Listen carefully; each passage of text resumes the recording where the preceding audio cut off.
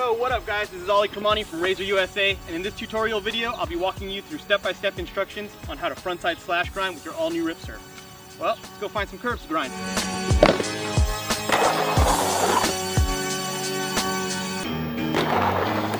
Alright, so the first thing you're going to want to do is find a nice curb to grind on. Now remember, all curbs are not created equal. If you have a dry curb like the one we have here, it's going to be pretty tough to get your grind on. What you want to look for is a nice painted curb like the one we have back here. The thicker and more uniform the paint, the easier it's going to be to grind. The other thing you're going to want to look for in a curb is the right height. You want about 4 to 6 inches, because if it's any lower, it's going to be hard to lock in on, and if it's any higher, it's going to be hard to get your board up onto. So about 4 to 6 inches and a nice thick layer of paint, you're good to go. When you're first learning this trick, it'll help out a lot to find a really low curb like the one we have here. That way you don't have to lift up too much to get onto it. All you got to do is just lean the deck and slap right on.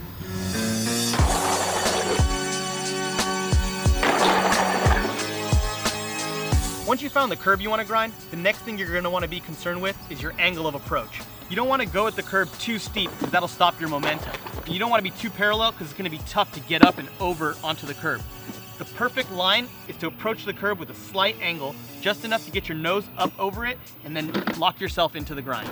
The other thing you're going to want to make sure that you keep in mind is that you have enough speed approaching the curb so that you can get through the grind and pop out and still be moving. Once you've got your angle of approach down and you're getting onto the curb, the next challenge is going to be keeping the grind going and staying locked into the curb. My advice is to put all your weight on your toe side so the board locks in and indexes against the curb. The more weight you have on your toe side, the easier it's going to be to stay on the curb and keep a long grind going.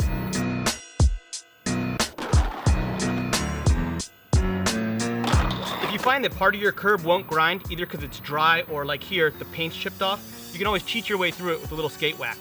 You just rub the wax over the dry spot, or if you want extra boost, you could hit it on the bottom of your board. Some people will call it cheating, but it works.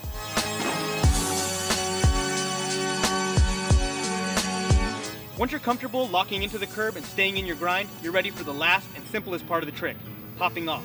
Now all you want to do here is just pivot off the back caster and move the front of the board away from the curb. And just stay on top of the board. Easy as that.